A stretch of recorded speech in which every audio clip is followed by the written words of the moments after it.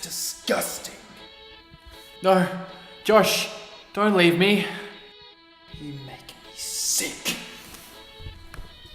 Silent Whisper, the new fragrance by Perfume. Because sometimes flatulence happens.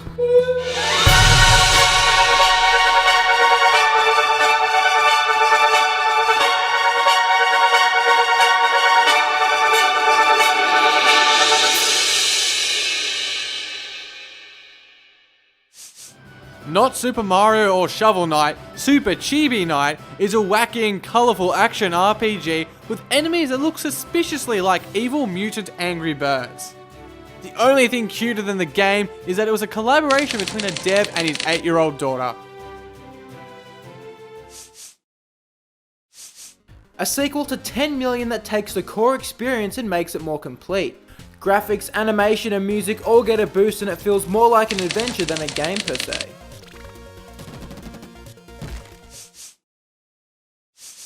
And gathers a crew of the most Top-down view and a talented crew, a variety of tactical approaches, and a whole lot of bank heists for you and your poachers. Mastermind this and you've got the master plan. Surprisingly, it's also got a bit of punch in its narrative. Instigated by these maligned few. Air Brawl is a dogfighter, but a really fast one that makes chasing down enemies a thrill. Tight controls also make for some stunning passes through narrow spaces. We can't wait for this one to get out of early access. A 2D pixel fest that could have been made in 1984, Duck Game takes classic action and platformer conventions and throws them into a multiplayer brawler a la Smash Bros. What ensues is absolute madness, which turns out to be more than amusing. In the end, the only thing I saw was a flash, an insufferable burning light, the pain ripping apart my body. I felt it tearing out of my soul. Collide is a horror game that has had a lot made about how it doesn't rely on cheap thrills, such as jump scares.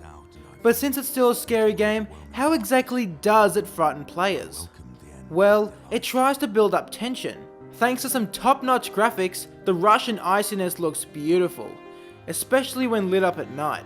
It's also lonely and very atmospheric. This mixed with some impeccable narration and gripping story would let the game develop an underlying sense of uneasiness.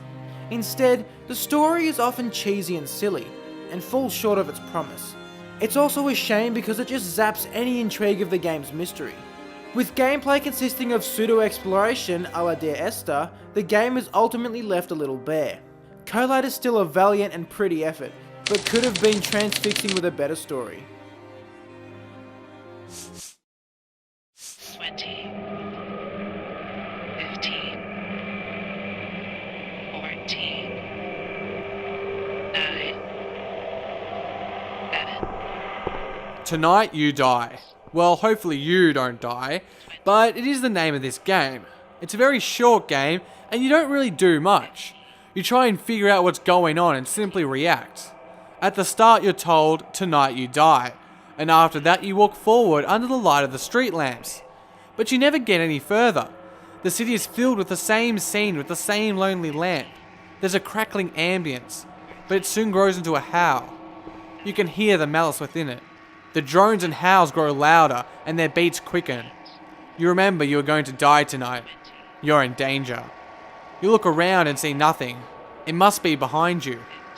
But it's surrounded by the crackles and howls. It's closing in. Your feet hitting the concrete, the sound it makes, it is the last of your life, because tonight you die.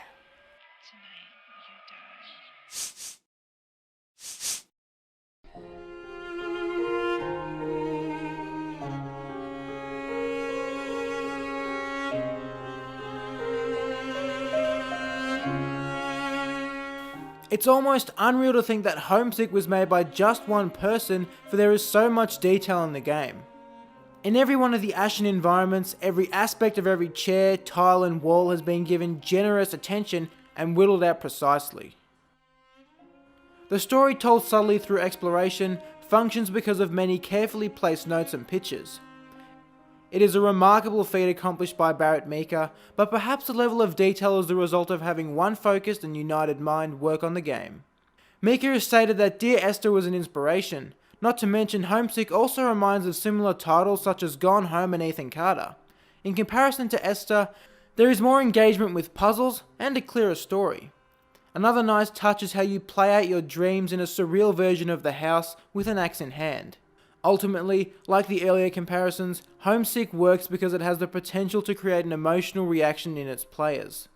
And it is that potential that further proves that it and games as a whole can tell profound stories.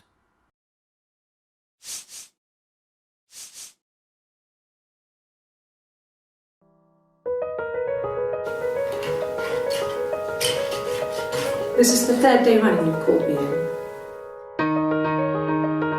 As video games are increasingly recognised as a cultural force, they are being mixed with and influenced by other cultural mediums. With games like Beyond Two Souls, or even the aforementioned Dear Esther, we've seen games focus more on story and the lines between film and game blurred. For some, these hybrids have been viewed as an affront to games, but ignoring any positions, we feel her story is one of the best examples of using film devices in a game. The game takes place on an investigator's desktop. On it is a series of video recordings of police interviews with a woman after her husband went missing. By searching keywords into the database, videos can be located and watched, and they are all the player has to piece together the mystery. This means that the narrative is always subject to the player's choices. It is the player that determines the order the videos are watched in, and the player who pieces the story together in their mind. In this way, her story lets the player be responsible as the factor that decides how things play out, and it is by sticking to this principle that we feel her story is able to successfully borrow elements like video footage from films. We're probably harped on too long, but before we go, we should also give a shout out to the main actor, Viva Seyfarth, who does a brilliant job bringing the pieces of the narrative to life.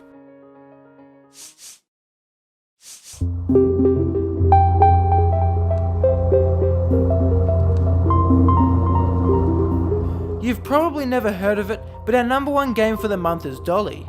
We can't wait to tell you what it's about, but you're gonna have to wait until next week when we feature it on our Game of the Month video. Another month finished and a whole lot of glorious games uncovered. We hope you enjoyed. Thanks for watching. My name's Lawrence. And my name's Josh. We'll see you next time here on Indie Former. That's disgusting. No, Josh. Don't leave me, please. You make me sick. Okay. That's disgusting. That's disgusting. That's disgusting. That's disgusting.